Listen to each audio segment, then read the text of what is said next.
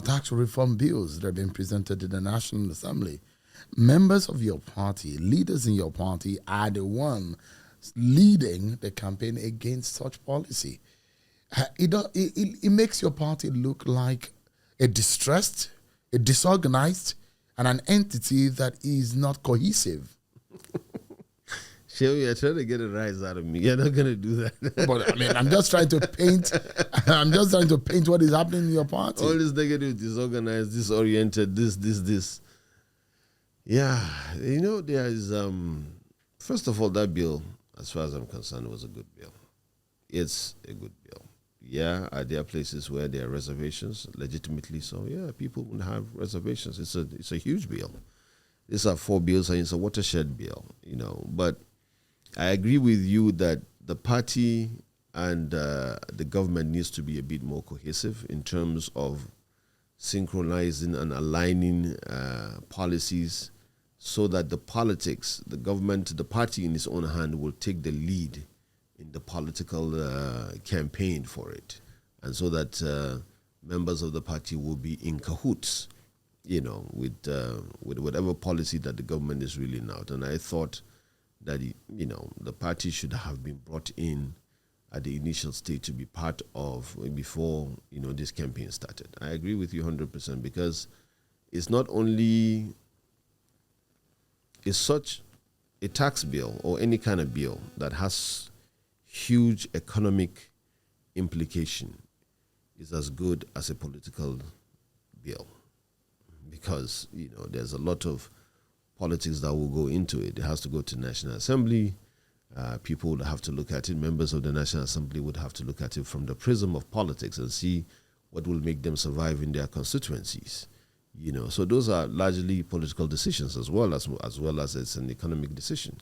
So in that regard, you need to bring in expert politicians to be able to help in delivering the message to politicians. And no one else should have done that and should have taken the lead in doing that than the president himself, because he is the holder of the mandate of the elections of the elected. He is the holder of the mandate of the people. He's the chief elected officer in the whole of the executive arm of the government. This is, the bill that is coming from the executive. The president should have led the way in consultation first and foremost. He should have led the way in explaining to people much more than anyone else. And then political surrogates, like largely the political party, should have been unleashed to talk to their members in different constituencies and hold town hall meetings and be able to achieve some sort of equilibrium. I think that should have been done. That is true.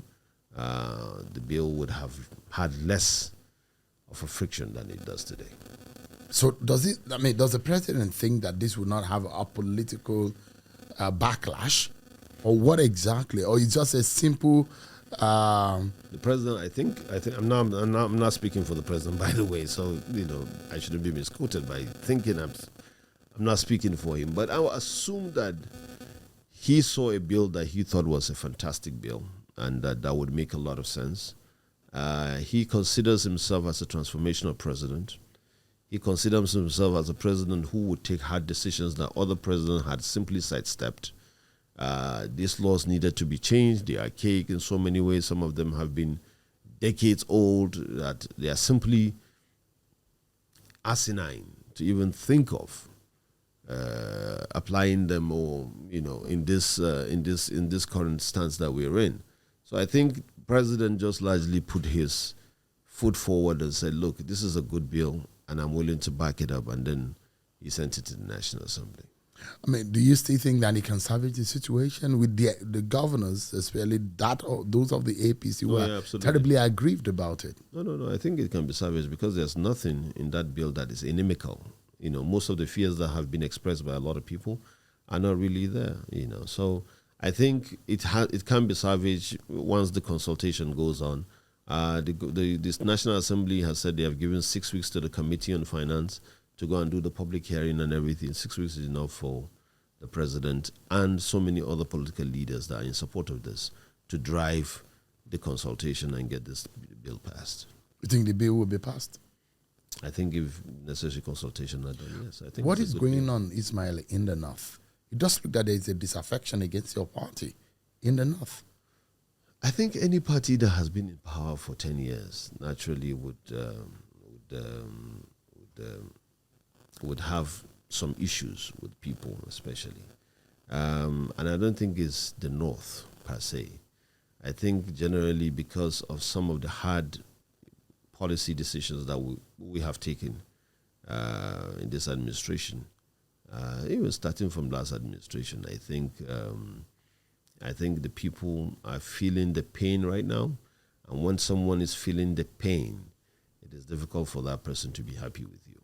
I don't think if a doctor is administering a hard injection or incision on you, as at the time he's administering it, I don't think you'll be smiling at that person. I don't think it's that. But specifically, it does look like there is a grand political attacks on the Tinubu person and government in the northern region of the country. So it seems. Well, I don't know if there's any meeting by any group in the north per se to say that they don't like APC or they don't like president. But it looks like a feeling. Sometimes there's just a widespread feeling, and it does look like there are deliberate or there's some attempts by some elite within the northern region who are unhappy with what is going on. And I do know, and I can tell you with the benefit of the privilege that I have, that there are meetings, there are coming together, there is a force, and there is a storm brewing gradually, politically speaking, heavyweights within the political space who are coming together against the Tinubu planning or any idea of re-election.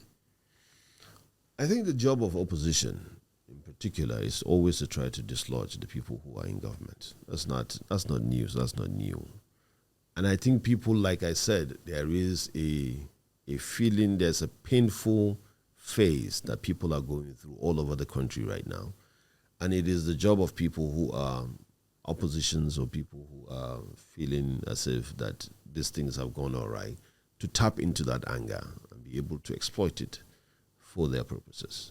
So this, to me, is not surprising, even if that is going on, based on the privileged information that you have.